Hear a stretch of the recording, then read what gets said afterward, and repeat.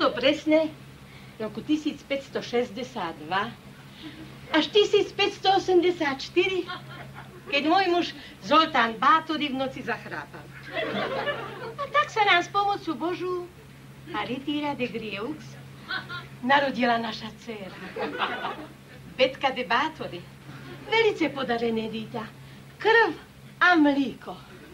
Mojho muža od veľkej radosti ešte ten deň na poluvačke trafil šlak. Mali sme skromné úšpory a tak sme museli predávať 2 majíre, 3 kaštýle a pustili sme sa na vlastnú past operetným svetom. Dcera de Betka rásla bez otca a tak som jej musela robiť otca. Mnoho rázy som odpásala remena, šup jej na holu. Mimochodom, Komenský též chodil s remenom.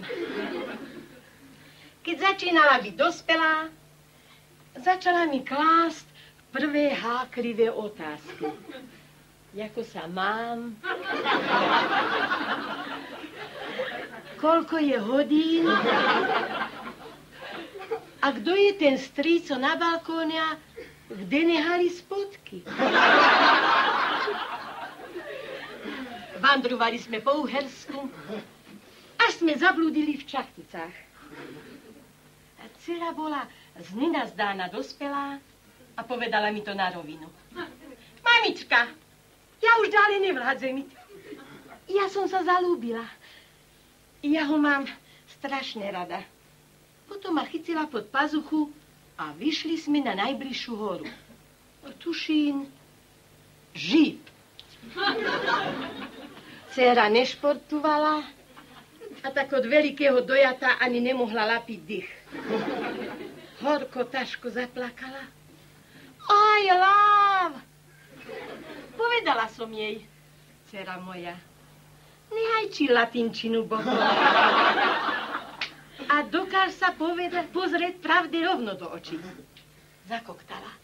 Ľúbim, ja som sa zalúbila do neznámeho, ale krásneho Slovenska. Ale sú toto psi darební. Všetko, aby som ja robila. Nič nesprava. Joj.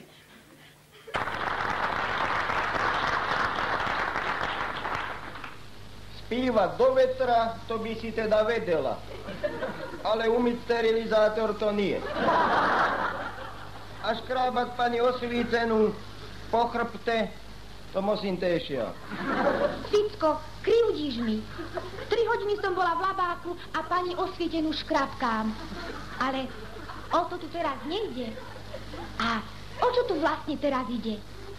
Ide o to, že každý máme robiť to, do čoho sa rozumíme. Ja sa rozumím do konov a preto by som sa mal zdržovať medzi konáma. Ty sa vyznáš do ničoho a preto by si mala prikyvovať pani Osvícenej.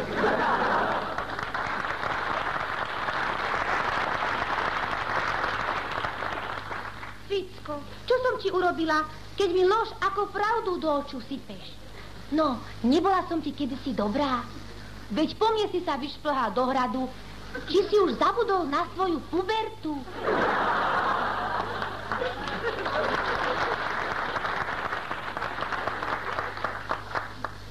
Pani Osvícená je velice haklivá, však vyšmariš. Leží na 2. poschodí ve fajčárskom kupe, fajčí jak Alipaša z Atátu a hreší celkové v 3 svetových jazykoch. Bože, čo nenarobí tá nešťastná vzdelanosť? Reku, čo sa deje? Náhodu som išiel okolo, lebo ja vždy náhodu idem okolo, keď sa náhodu volá, čo deje. Trhnem vnúter a tam za bíleho dna som ho takom pakom musel škrábať. Vždy poctivejšie škrapkať. Ako sa škrapkať ku kaštieľu? Není si ty taká sprostá. Maraj si není plne kvalifikovaná. Víš čo?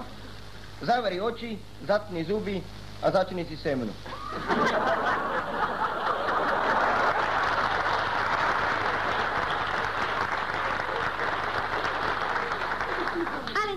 Ficko, ty nie si pre mňa partia. A potom vo mne už predsa pulzuje tiež čachtická krv. Čo si malá? Prídeš, odídeš a basta.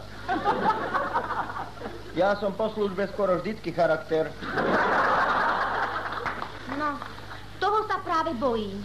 Mám veľmi zlé skúsenosti s charakterom. Tak napríklad o mňa sa uchádza Palatín Turzo. No ak chce byť Palatín, nemôže byť charakter. A potom ty sa vraj striedavo okšmietaš okolo Ilony Jo a Dory Sentešovej. Tie už o tebe čosi nahovorili. Vraj je to dosť problematické s tým tvojím mužstvom. Áno, a tiež vraj nehovoríš dobre po maďarsky a čarda štancuješ, ako keby si mal plné gate. Tí dve potvory len nech sú ticho. Lebo keď ja o nich vydám vysvedčený, tak ešte aj po 300 rokoch si kamasi ode mňa budú pýtať ich adresy.